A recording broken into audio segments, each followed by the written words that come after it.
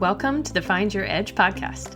I'm your host, Chris Newport, founder, head coach, sports nutritionist, and exercise physiologist at the Endurance Edge. Our mission is to empower people to reach and sustain peak performance and health. So get ready to dive into all things training, nutrition, recovery, and more. We hope to give you detailed information and inspiring stories to help you be your best. Let's do it.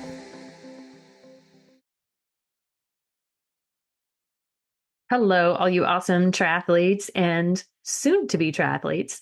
I'm excited to reshare this 5-day podcast series that covers everything from preparing for race day to having a great swim, bike, and run, as well as post-race tips, specifically for Ironman North Carolina 70.3, though you really can apply these insights to any triathlon. So if you're racing this weekend, good luck, you've got this. For those of you who are dreaming big for 2025, we have some amazing plans in store for you to achieve your goals. We invite you to join us for our virtual open houses, both this week and next week, where we'll focus on making your triathlon dreams a reality. We're launching some pretty amazing programs in 2025, including group training for Ironman and for 70.3 events, as well as a scholarship program and our winter strength and speed training. So if you're ready for a personalized training plan designed just for you, one that's based on proven science and supported by real coaches with more than 60 years and 1,000 races under their belts, then this is your chance. Save your spot at our open houses where you can ask our coaches anything, discover how we can help you accomplish amazing, incredible things, and become part of a supportive community. Visit theenduranceedge.com/2025 to secure your spot today. And again, that's theenduranceedge.com/2025.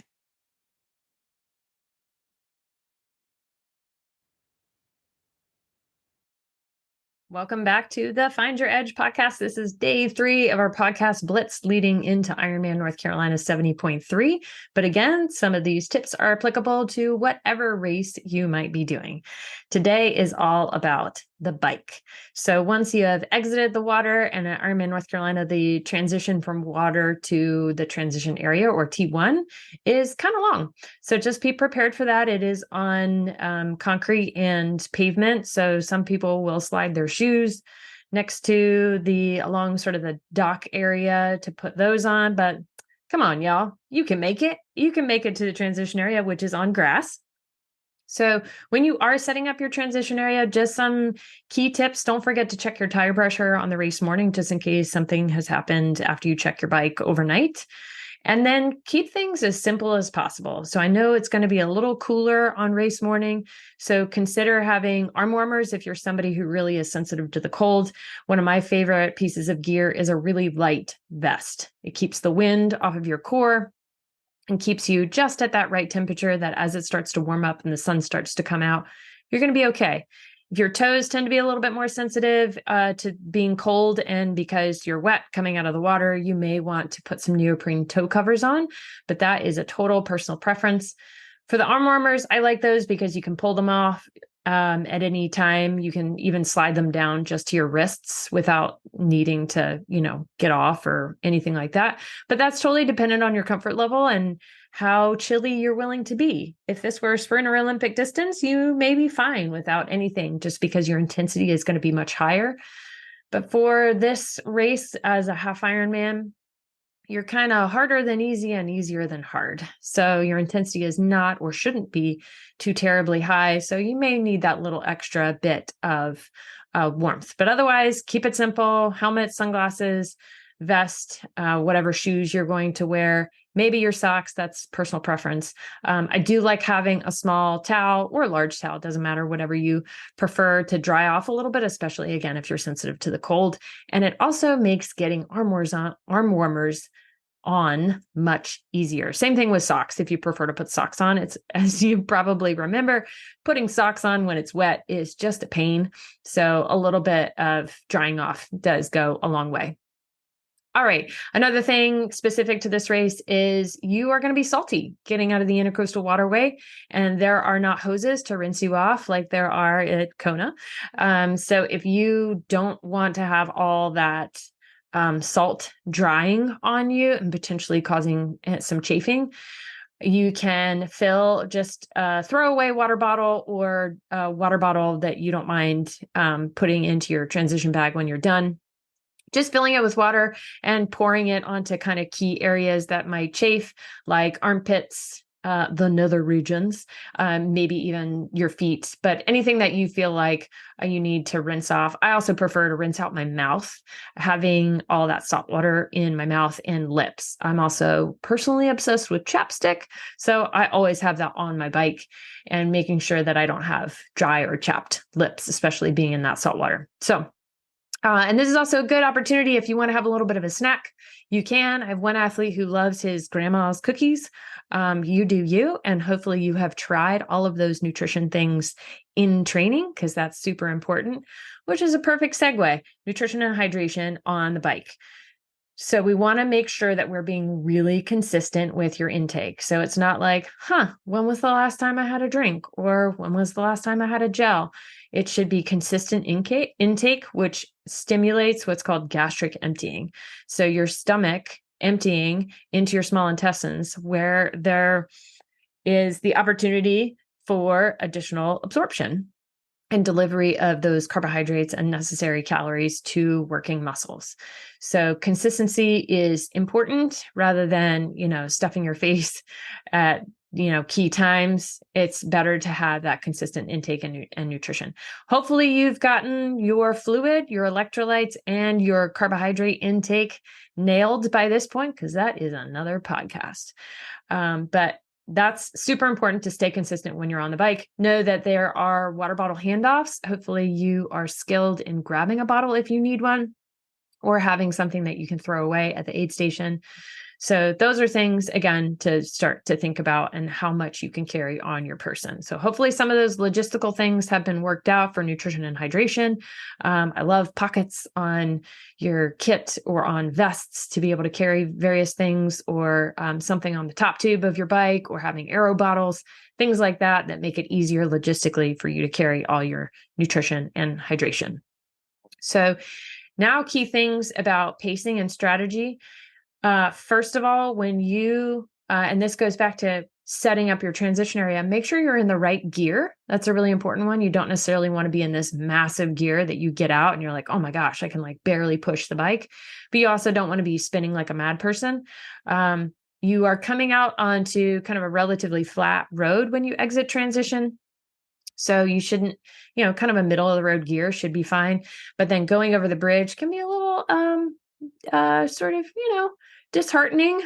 So you do want to be in a good enough gear that you're not going to panic or trying to be, pushing some large gear as you go over that bridge. But other than that, you should be good to go. So from a pacing perspective, again, like I mentioned, a half Ironman pace is just so weird. It's not easy. And I'm air quoting here. I know you can't see me, but not easy like more of an Ironman. And it's not hard like in a sprint or Olympic. It's kind of easier than hard and harder than easy, kind of in between. Right. But the tendency, because if you've tapered right and you've been training right and you had a really good swim, you're probably going to want to go really hard and really fast. And that's going to shoot you in the foot by the time you get to the run. So what we use for our power numbers with our athletes is typically somewhere between 75 and 85% of your FTP, or your lactate threshold pace on the bike. If you are not using power, that's okay. Again, it's easier than hard and harder than easy. You definitely don't want to be hitting that zone 4 heart rate zone, because again, probably going to be wearing yourself out. And this is all very athlete specific. More of your faster athletes or more experienced athletes can and have been training specifically for that, may be able to get away with those pacing strategies. But the rest of us, including myself, probably not going to be able to get away with that too much. So this is kind of that solid sort of zone 2, maybe into zone, or I should say zone 3, maybe into zone 2. Also consider, and this is unique to every race, you're at the coast. So you're probably going to have some pretty fierce winds potentially. So be prepared for that, especially depending on what type of gear you're going to have. Like if you're going to do race wheels or like a solid race wheel on the back, also make sure that those are definitely prepared and ready to go before you head out onto the bike. But just be expecting that. It's less about the speed and more about your physiological pacing, especially when it comes to heading into, say, a headwind, for example. You're going to want to push faster because you want to increase your speed. But then how much does that wear you down and dip into your glycogen stores? That is going to affect your run. So got to be kind of careful about that pacing strategy. And similar conversation to the headwind part, making sure that you've got some good bike handling skills. You still have to honor all the rules of the road. So courteous braking, good cornering, not being riding all over the road or being squirrely, holding your line, making sure that you have smooth gear shifting. But luckily, there's not a whole lot of technical sections of this particular course. There might be some more technical sections on courses that you do elsewhere, like Placid, for example. So always making sure that you're honoring the rules of the road and handling your bike safely in consideration of others. Don't forget that helmet. Make sure you're wearing it properly. It should be sort of centered right on the middle of your forehead, not sort of tilted back or tilted to the side and that kind of stuff. If you do have any sort of mechanical issues, hopefully you know how to change your own tire. Hopefully you know how to adjust some of those things, but know that there is on-course support. You just might be waiting a while for it. So, sometimes we got to think on the fly. And then also making sure that you have all the necessary equipment with you, like a spare tube, method of inflation. So CO2, which is great, but sometimes you got to be a little bit more careful with that. You can always do a backup of having a pump with you. Tire levers are great, definitely two if you can. And then I always tend to carry like, say, $1 or $5 on me, just in case you need to put that as sort of a temporary patch, or if you just happen to be by a gas station and need to grab a water or a Gatorade or a snack, that's always kind of a fallback method of being able to do that. And like I said, other things that I have on my person are my chapstick. Again, personally obsessed with chapstick. So make sure that you have those items on your person. Even if you don't know how to change a flat, maybe somebody will be nice and kind of stop and help you out. As long as you have the necessary equipment, you should be good to go. Then it comes to mental strategies on the bike. Sometimes, especially if you're newer and have never done this distance before, it can be a lot. It can feel like a lot. So thinking again about, just like you did on the swim, going, say, buoy to buoy, breaking down your bike into reasonable chunks. So let's say it's 10-mile chunks that you're going to be looking for, or 5-mile chunks, because maybe your watch goes off sort of automatically every 5 miles, and you can set it to whatever you would like. Don't forget about engaging in that positive self-talk and really visualizing yourself getting done with the bike and getting across the finish line, but also enjoy the journey. It's a lot of fun. So as you head into transition, this is a good one for people just flying into the bike dismount line. I have witnessed multiple people just literally just zip right over that dismount line. Don't forget, you have to dismount before that line. Inevitably, people are wobbly when they get off the bike. You have probably been battling some wind. It might be a little bit chilly. It's almost like everybody is frozen in their bike position, whether it be an aero position or in that sort of road bike position. Everybody sits up to get off the bike, and then they're just like, you can almost hear their backs and hips cracking as they sort of like go to stand up.